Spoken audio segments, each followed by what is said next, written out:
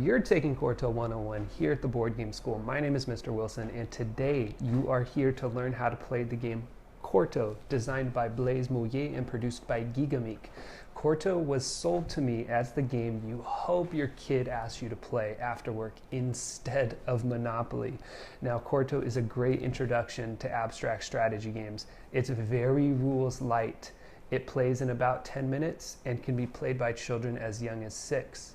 But before we get into how to play the game, I have a quick warm-up for you. There's one thing you need to understand about its 16 unique playing pieces, and that is that each piece has 4 diametrical attributes. Now, when I first heard that word, I was scratching my head, but I bet if I give you one of them, you'll be able to find the other 3. One of the diametrical attributes of a Quarto piece is its color. All colors are either light or dark. See if you can find the other 3 diametrical attributes.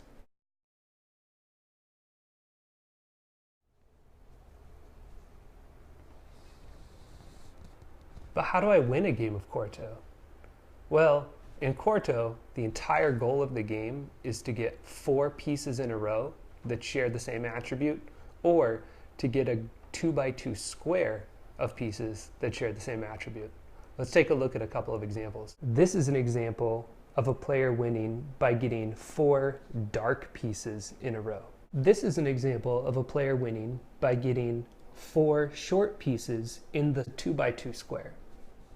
Now, if you've really understood how the game is won, then you should be able to find where the game was won in this example. Did the player win by matching up color, height, solidity, or shape? And now that you know how to win the game, playing the game is super simple.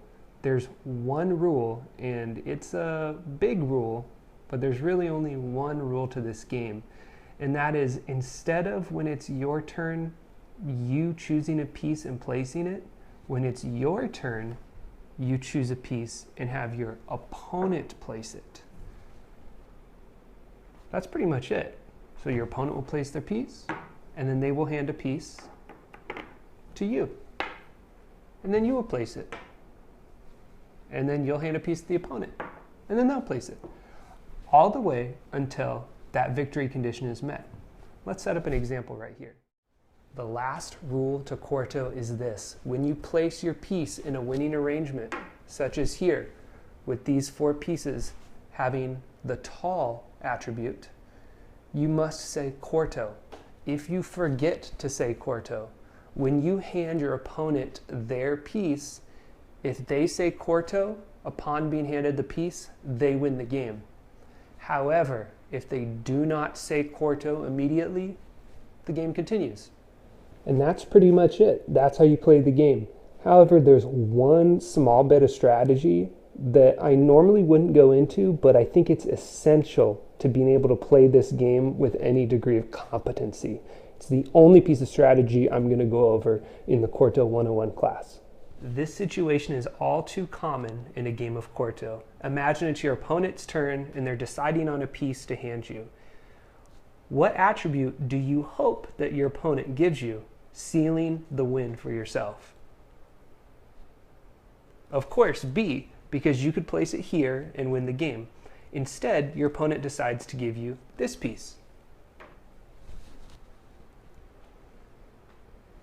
It's short, it's dark, it's hollow, and it's cylindrical. Now there's a place that might seem tempting to place the piece. Let's imagine you place it here. What's the problem with placing that piece there? The problem is you've just lost the game. If you give your opponent a dark piece, they could place it here. If you give them a light piece, they could place it here. No matter what piece you give them, they will win. I call this an attribute lock. This is the one situation you really want to watch out for when playing Quarto.